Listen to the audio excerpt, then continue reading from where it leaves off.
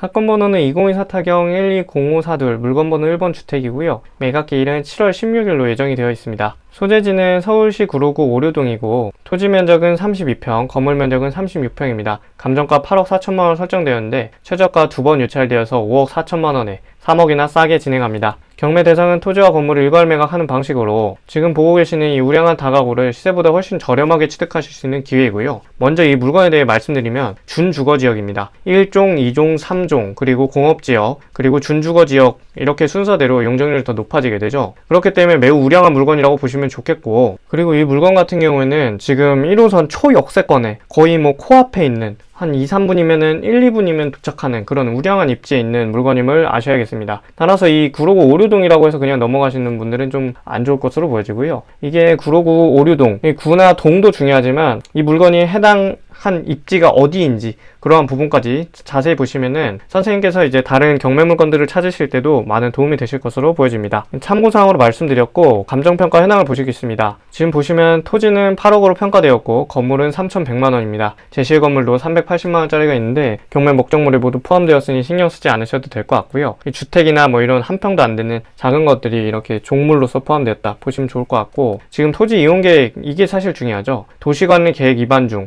그리고 준주거지역, 지구단위 계획구역 이러한 내용이 기재가 되어 있습니다. 지구단위 계획구역이라는 것은 무엇이죠? 무언가 지구 단위를 설정해가지고 개발을 통해서 그 지역을 계획적으로 개발하겠다 이러한 내용이죠. 그렇기 때문에 좀 참고사항으로 이제 보시면 좋을 것 같고, 건축물 현황을 보겠습니다. 주 용도는 단독주택으로 사용 승인일자는 1977년도입니다. 구조는 벽돌 구조로 지상층수 2층과 지하층수 1층 있는 그러한 단독주택입니다. 임차인 권리 분석도 봐보겠습니다. 우선 말소기준 권리가 21년도 12월 31일에 근저당 건인데 전입일자가 모두 다 늦습니다. 이분들은 이제 외국인 체류 확인서 이러한 것들은 제가 경매 함정이라고 말씀드렸죠. 여기서는 다행히 잘 나와 있는데 다른 경매 물건에서도 확인해 보셔야겠습니다. 따라서 지금 임차인이 건, 박, 이 이렇게 4명이 있는데 모두 다 대항력이 없다고 나와 있으므로, 왜냐하면 전입일자가 더 늦기 때문이죠. 그래서 임차인에 대해서는 배당 요구를 했든지 확정일자를 받았든지 보증금을 받았든지 뭐든 간에 대항력 없어서 납찰자가 신경 쓸 부분은 아닐 것으로 보여지고요. 그리고 건물 등기부등본 내용도 봐보겠습니다. 우선 모두 다 소멸하는 권리들인데요. 소유권, 근저당권, 압류, 임의경매, 압류 이렇게 되어 있습니다. 지금 소유권은 주식회사 블루 아이덴이라는 곳에서 소유를 하고 있으므로 신탁재산의 기속이잖아요. 그런데 이런 주식회사가 만약에 이 소유권을 가지고 있는 상태에서 임금채권이 있다고 하면은 그거는 선순위 임차인보다 먼저 배당을 받게 됩니다. 그런데 다행히도 이 물건 같은 경우는 모두 다 후순위 임차인이기 때문에 제가 만약에 주식회사 물건이고 선순위 임차인이 있다고 하면 이 물건은 절대 소개 안 드렸을 것입니다. 그런데 지금 이 물건 같은 경우에는 후순위 임차인이기 때문에 신경 쓰지 않아도 될 것으로 보여지고요. 소유권은 경매 절차가 끝나면서 소유권을 빼앗기는 과정이고, 경매 등기는 경매가 끝나면 소멸하는 등기입니다. 그러면 남는 등기는 근저당권과 압류로 나뉘어지게 되는데, 저희 채널에서는 항상 말씀드리는 게 이것은 민사집행법 91조에 의해서 모두 소멸하는 등기이므로 근저당권이 말소기준권리가 되어서 그렇다는 것이죠. 그래서 신경 쓰지 않으셔도 될 것으로 보여지고, 이 토지 등기부등본도 가지고 왔는데요. 지금 이렇게 있죠. 이게 사실 굉장히 위험한 등기입니다. 여기서는 지금 권리 금액도 나와 있고 한데 가압류가 되어 있잖아요. 근데 이건 23년도고 지금 25년도이기 때문에 이 금액이 더 커졌을 수 있습니다. 그렇기 때문에 이러한 주식회사가 소유자인 경우에 좀 주의를 하셔야 될 것으로 보여지고요. 근로복지공단 이런 거 주의하셔야 되고, 권리 분석과 관련해서는 아까 말씀드린 내용과 똑같기 때문에 요 하나만 추가됐기 때문에요. 그냥 좀 그렇구나, 이런 걸 좀 주의해야 되는구나, 다른 사건에서 말이죠. 건축물 대장상에 위반 건축물 내역도 없고요. 가구수는 총 한 가구로 되어 있습니다. 주요 용도는 단독주택으로 보시면 좋을 것 같고요. 이 각 층별로 주택으로 되어 있는 것도 확인하였습니다. 소유자 현황으로도 아까 보셨던 등기부등본에 일치하는 것을 확인하였고, 아무래도 오래되었다 보니까 주거주는 연화주이며 용적률이나 이런 내용들 안 나와져 있는데 지금 보시면은 용적률 자체도 별로 되지 않고요. 옛날 주택이기 때문에 재건축하기에도 용이한 이런 물건으로 보시면 좋을 것 같습니다. 지금 감정평가액은 18억 정도로 평가된 사실을 알 수 있고, 기준 시점이 24년도 6월경입니다. 왜냐하면 이 물건 같은 경우에 물건 번호 2번을 포함하고 있기 때문에 제가 보니까 도로에 이제 땅이 나왔더라고요. 그것까지 포함한 금액이기 때문에 이렇게 나와져 있는데, 이따 시세 파악을 통해서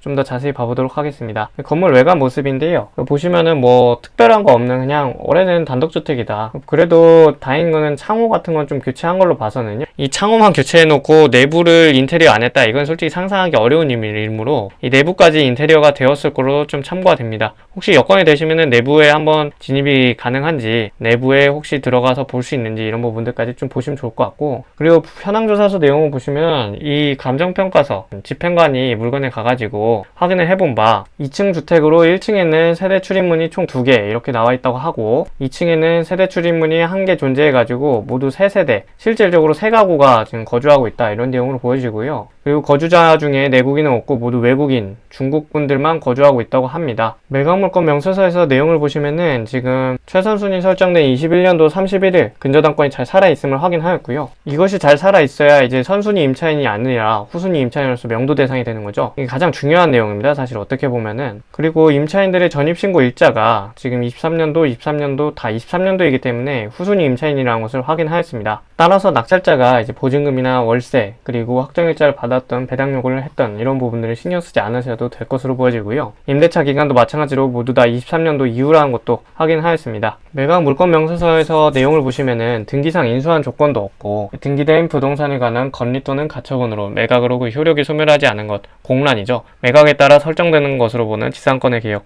일괄 매각이기 때문에 법정지상권이나 이런 내용이 상관이 없다는 것입니다. 비고란에 보시면 좀 무시무시한 단어가 하나 있는데요. 유치권 신고서가 제출되었음. 안택모 씨로부터 주택 수리비 3,600만원을 위하여 유치권 신고서가 제출되었음. 신고서상 첨부된 공사계약서는 계약 명의자가 소유자가 현 소유자 대표자 김땡모 씨의 다른 법인인 주다원 IND와 작성하였고, 경매 신청 채권자는 이를 부정하는, 유치권을 부정하는 의견서를 제출하여서 그 성립 여부나 재판 진행 여부는 불분명하다 이런 내용이 기재되어 있습니다. 이러한 내용들은 문건 접수 내역에서도 확인하실 수 있는데요. 2025년 3월 14일에 유치권 신고서가 제출되었다가 25년 4월 1일에 바로 2주일쯤 있다가 채권자로부터 유치권 배제 신청서가 제출된 것을 확인하실 수 있습니다. 유치권이란 것은 무엇이죠? 이러한 내용들을 머릿속에 잘 담고 있으셔야만이, 유치권의 기본은 점유가 생명입니다. 그런데 지금 점유를 다 임차인들이 하고 있는데 그렇기 때문에 당연히 유치권 배제 신청서가 들어올 수밖에 없겠고요. 물론 이런 부분들이 현장 가서 확인을 해봐야겠지만 기본적으로 유치권은 점유가 생명인데 점유를 하지 않고서 유치권이 신고가 제출되었다. 그리고 유치권은 아무나 신고할 수 있고 그러한 내용들이 있기 때문에 좀 현장에 가셔서 좀 조사하시면 좋을 것 같고요. 참고사항입니다. 실질적으로 유치권이 성립될 수도 있지만 그러한 내용들을 현황조사서나 매각 물건 명세서 그리고 현장 임장을 통해서 확인해 보시면 좋을 것으로 보여지고요. 이러한 내용이 있기 때문에 입찰자들이 많이 몰리지 않을 것으로 보여집니다. 그리고 지금 유치권 이런 내용들을 잘 공부해 놓으셔야만이, 잘 알고 계셔야만이 유치권을 깨뜨려 가지고 이 물건을 단독 입찰로 받을 수도 있다는 것입니다. 그렇기 때문에 특수 물건에 대해서 제가 누차 계속적으로 반복적으로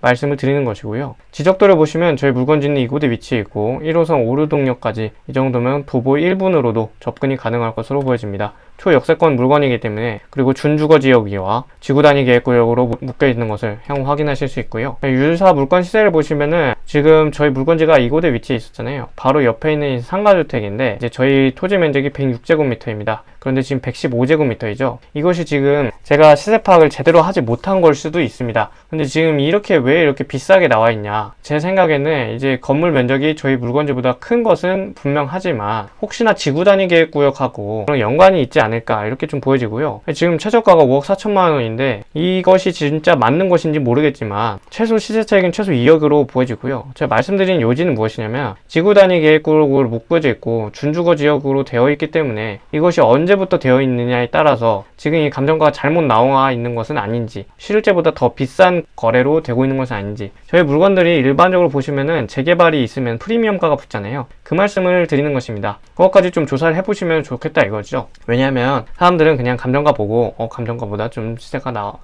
싸게 나와 있네. 이전에도 말씀드린 것처럼 그 화곡동 물건인가요? 21년도 타경이기 때문에 실제 감정가는 10억으로 나와 있지만 현재 오래된 4년이나 더 지나왔기 때문에 실제 감정가는 12억, 13억 그 정도 이상으로 나와 있어야 된다. 이런 내용으로 말씀드린 바 있고, 감정가는 믿지 말라고 말씀드렸죠. 지금 지구단위 계획구역으로 묶어있는 프리미엄가가 있기 때문에 그것이 반영된 감정가인지 이런 부분들까지 확인하신다면은 5억이 아니라 실제 낙찰가는 만약에 프리미엄이 있다고 하면은 뭐 8억 이상으로 받아질 수 있는 것으로 보여지고요. 왜냐면 이게 지금 왜 17억으로 나와 있는 거지? 단순히 그냥 호가인 것인지 이런 부분까지 고민하시고 생각에 딱 보고서 생각이 들어야만이 남들보다 차별성 있는 경매를 하실 수 있는 것입니다. 그래야 이제 시세차익이 배로 뛰겠죠. 토지 이용 계획을 보시면 지목이 대지로 되어 있고 106제곱미터입니다. 개별 공시지가가 307만원 평가되어 있고, 지금 중요한 내용이 이겁니다. 준주거 지역이랑 지구단위 계획구역입니다. 모두 다 지가에 아주 우량한 큰 도움을 주는 그런 계획구역이라고 보시면 되겠습니다. 그렇기 때문에 재건축을 혼자 단독적으로 진행해도 매우 높은 건물로 진행할 수 있고, 그것이 아닌다고 하더라도 향후 이런 지구단위 계획구역은 말 그대로 단위, 지구단위를 설정해가지고 계획적으로 개발시키겠다, 이러한 구로구청의 아주 높은 의지를 보여줄 수 있고요. 경매 요약을 봐보시면 1호선 오류동역 역세권에 64%로 유찰되었습니다. 제가 볼 때 한 번 더 유찰될 가능성도 있어 보입니다. 유치권에 대해서 조사를 하지 않는다면 말이죠. 이게 첫 번째고, 두 번째로 보실 수 있겠습니다. 인수하는 권리는 없어 보이고 시세차익은 최소 2억으로 보여집니다. 현장 조사는 필요해 보이겠습니다. 궁금하신 점 있으시면 댓글이나 문의 남겨주세요. 감사합니다.